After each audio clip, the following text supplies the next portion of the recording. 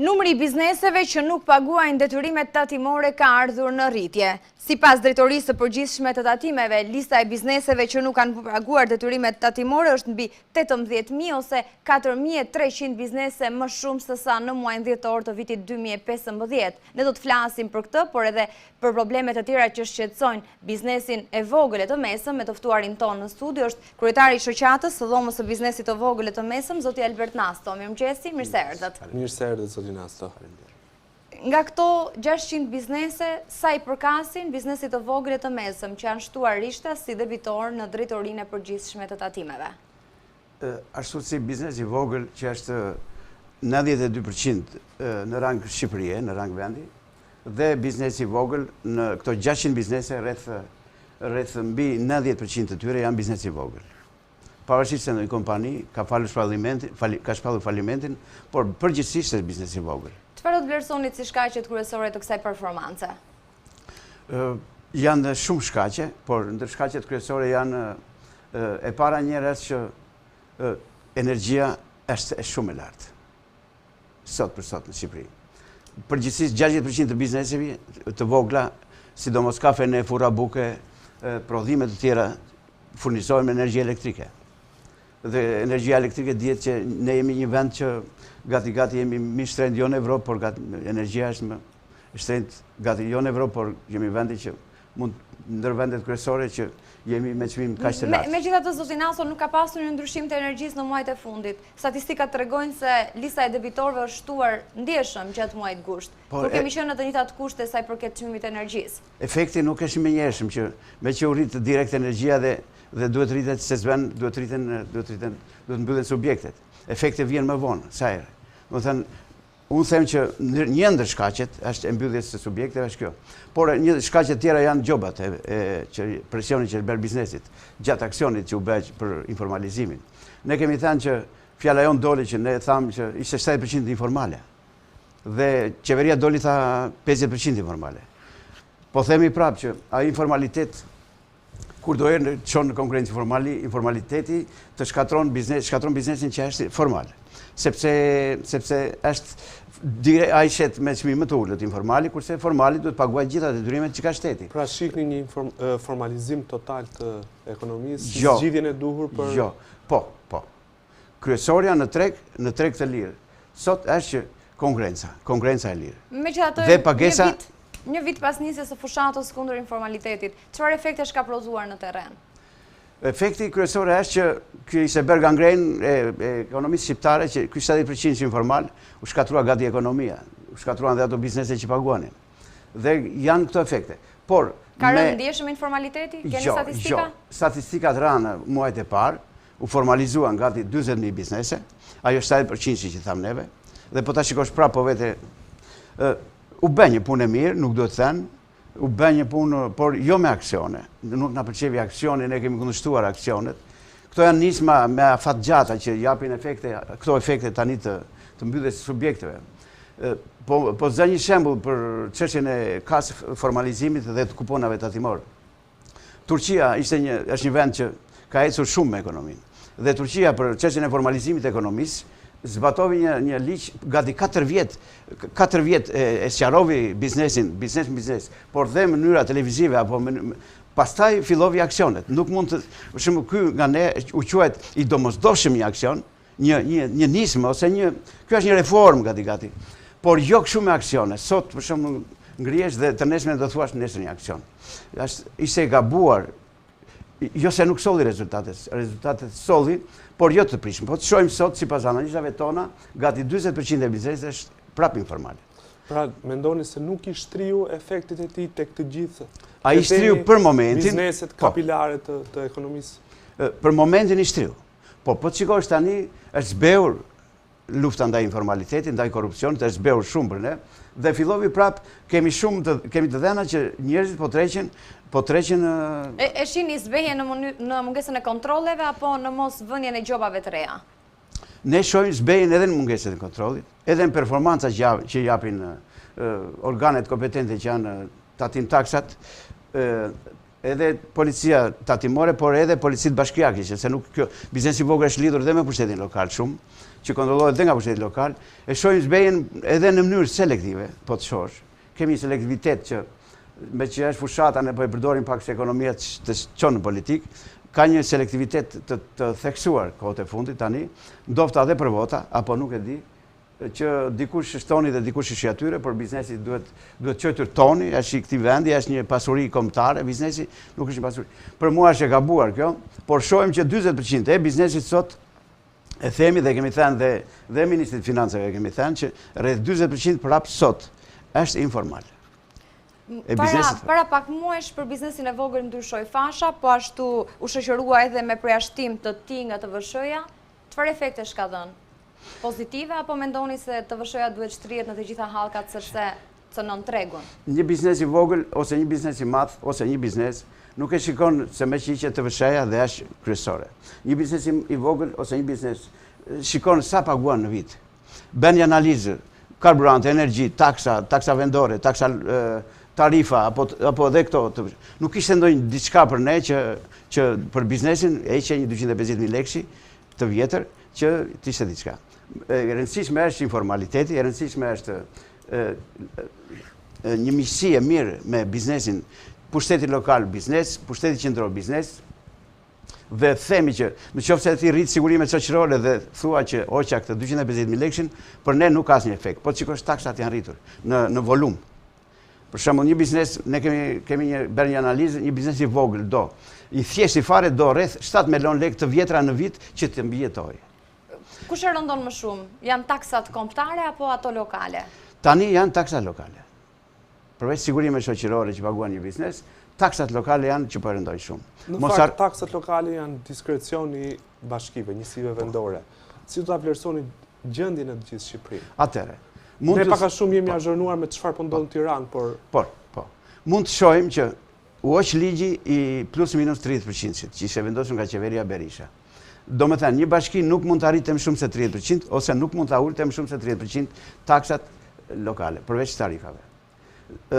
Ky ligj u hoq dhe tani ne kishim një vitin e kaluar, në 2015, patëm një rritje, mund të them të çmendur, të bashkive, në rang vendi që shumë bashki i rritën 2 deri në 7 herë taksat lokale. Të emërtuara në shumë raste si tarifa. Tarifa, po. Tarifa ose shërbim. Në cilat qytete është situata më problematike?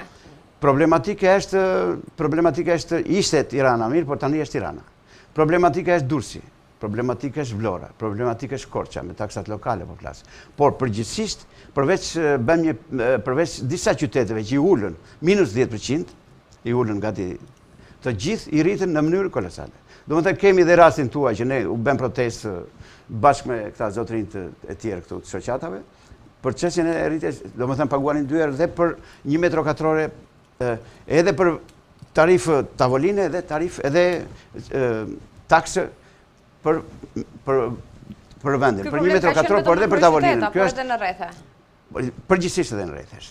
Ju jeni në kontakt vazhdimisht me biznesin. Si shohin ato këto ndryshime të vazhdueshme në ligjin për procedurat tatimore? Faktikisht, këto ligje, askush nuk më thot që i di dhe është shumë e turbut. Çdo bashki ka këshill bashkiak. Këshillat bashkiake zakonisht vendosin ligje që biznesi nuk i di fare. Dhe një tjetër është që bashkitë kur artojnë taksat vendore, nuk konsultojnë me biznesin. Kjo është edhe një anë e madhe. Transparencë, nuk kanë fare transparencë. Kemi në shumë bashki që ne morëm projektin e taksave vendore, e morëm 2 ditë para, për shembull. Që nuk jenë në gjendje që të përcaktosh se cila taksë është rritur dhe cila është ulur. Prandaj i them që më e madhe biznesi i vogël ka të bëjë shumë me pushtetin lokal dhe pushteti lokal është as pak transparent në shumë raste. As pak transparent. Dhe kjo mos transparencë që bëhet, se nëse do konsultohet me grupet e interesit biznesi po flas përgjithsisht, mund të jap mendime që pse kjo taksë ose mund të kërkojë llogari dhe në mbledhjet e Këshillit Bashkiak. Por kur nuk thirret dhe nuk e di se kur zhvillohet mbledhja e Këshillit Bashkiak. Me reformën e re territoriale dolën ngjeshjet e një bashki. A ka një bashki model që e trajton biznesin si partner aktualisht? Unë mund të them model mund të jetë po Gradeci, për shembull. Model. Tirana ka filluar të konsultohet. Tirana ka filluar të konsultohet me grupet e interesit, pavarësisht se sa i dëgjon, por ka filluar të konsultohet. Elbasani është shumë mirë, konsultohet shumë. Ka disa qytete, por përgjithsisht pushtetet lokale nuk konsultohen, pavarësisht se thonë aparent që ne do konsultojmë me grupet e interesit, nuk konsultohen me grupet e interesit, me biznesin, sepse biznesi është shumë llojshëm dhe nuk e di çfarë takse shritur. Dhe kjo arrin pastaj kur shikojmë çmimi i ujit në Korçë është 2800 lekë të vjetra. Frutim e taksën këtu. Ne shikojmë fundin e pagesës. 2800 lekë sot paguan në mes të Parisit, mund të thonë, paguan ujin. Por për biznesin është e rëndë, për një kafene përgjithsisht gati 50% janë, mos e them 50, po 45 janë kafene në Shqipëri. Të paguash mbi 300.000 lekë ujë, 200 të vjetra flas gjithmonë. Është një rëndesë e madhe. Paguash, është çmim, janë çmime të larta. Por jo vetëm kjo, kemi edhe shumë gjëra tjera, për shembull, shumë fshatra sot në Shqipëri nuk kanë drita natën apo lulishte. Dhe atyre u merret bizneseve, u merret taks për gjelbërim dhe për pastrim apo për ndriçim. Do të thënë, e thash ansore se kjo nuk është kryesore në biznes. Megjithatë merret taksë tarifë për një shërbim që nuk ofrohet. Për një shërbim që nuk ofrohet në shumë gati në gjysmën e biznesit, flas në zona të thella, flas në komuna ose siç ishin, por janë pjesë e bashkive tani.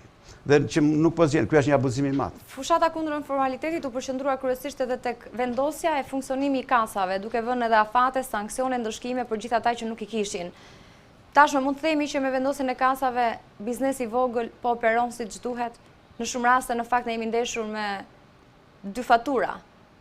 Atëherë, ndryshe produkti që kemi marrë dhe ndryshe në koston finale. Mund ta themi, hajde dalim bashk, shohim në terren se unë jam i terrenit. Shumë pak biznese sot presin kupon tatimor. Ne quajmë të është edhe më keq situata. Është edhe më keq. Kjo luftë përdoret her pas here për selektivitet, për të gjobitur dikë apo për të mbrojtur dikë, por faktikisht ne quajmë të dështuar. Edhe pse është vendosur pragu deri në 5 milion lekë, nuk kanë levordi tashmë bizneset e vogla që ta deklarojnë çdo shitje të mallit të tyre, çdo xhiro ditore. Ne gjithmonë kemi ngulur që duhet biznesi i madh të rregullohet, domethënë mos punojmë me dy fatura. Nëse biznesi i madh, bota kështu e ka. Biznesi i madh jep faturë biznesit të vogël. Dhe biznesi i vogël është detyruar të shkarkojë me kupon tatimor. Kështu e ka Evropa. Nëse pastaj flasim për biznesin e vogël, që janë turur të gjithë, sikur biznesi i vogël ishte gjithçka, ne themi që biznesi i madh ishte burimi i informaliteti. Dhe vazhdon. Dalim tek ajo pyetja, aksioni ndaj informalitetit u krye në mënyrën e duhur, duhet ishte fillimisht qasja e parë duhet ishte me biznesin e madh dhe më pas me të voglin, apo kështu siç ndodhi? Shumë e vërtet. Duhet fillonte me biznesin e madh. Dhe ne kemi ngulur me ministrin e financave, me zotin Cani, që ishte në krye, që të fillonte me biznesin e madh.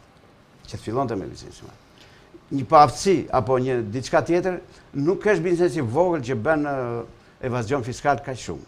Biznesi i vogël e merr nga dikush tjetër dhe e shet.